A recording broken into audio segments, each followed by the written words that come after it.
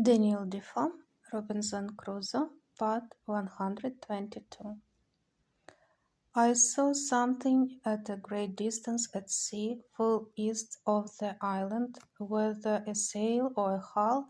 I could not distinguish. No, not with my glass. The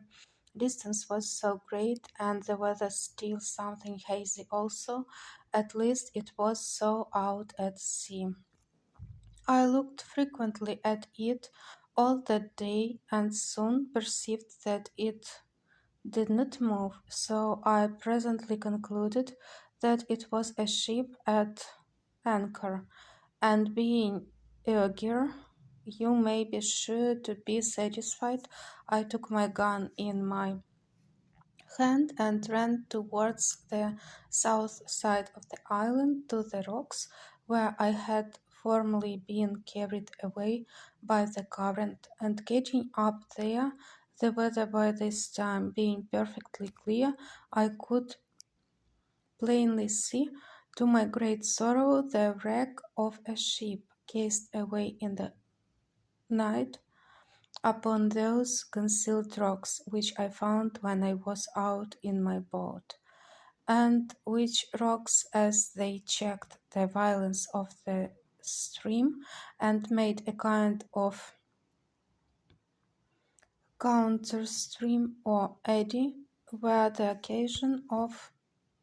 my recovering from the most desperate, hopeless condition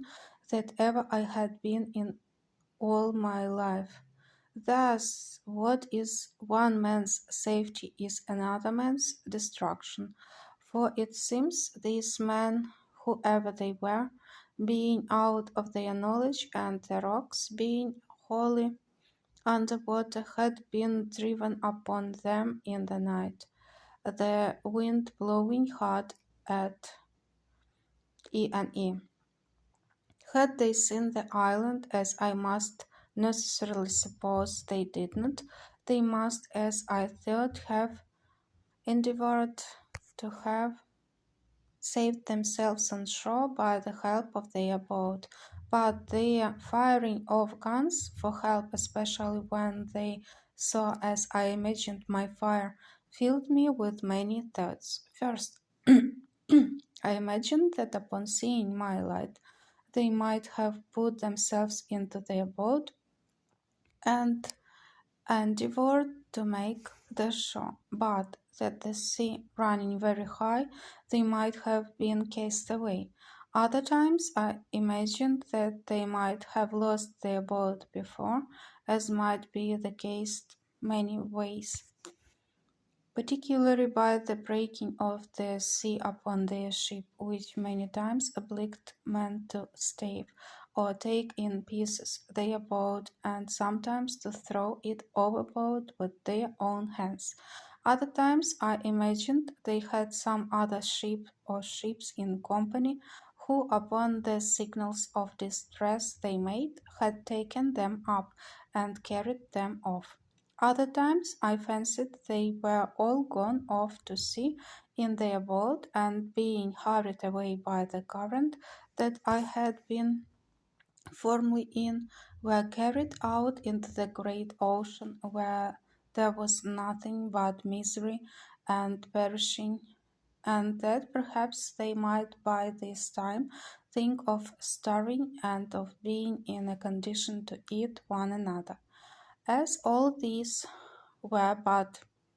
conjectures at best, so in the condition I was in, I could do no more than look on upon the misery of the poor men and pity them, which had still this good effect upon my side, that it gave me more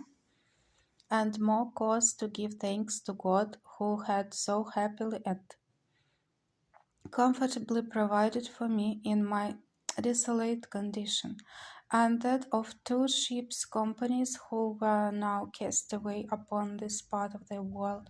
not one life should be spared but mine. I learned here again to observe that it is very rare that the providence of God casts us into any condition so low, or any misery so great, but but we may see something or other to be thankful for, and may see others in worse circumstances than our own.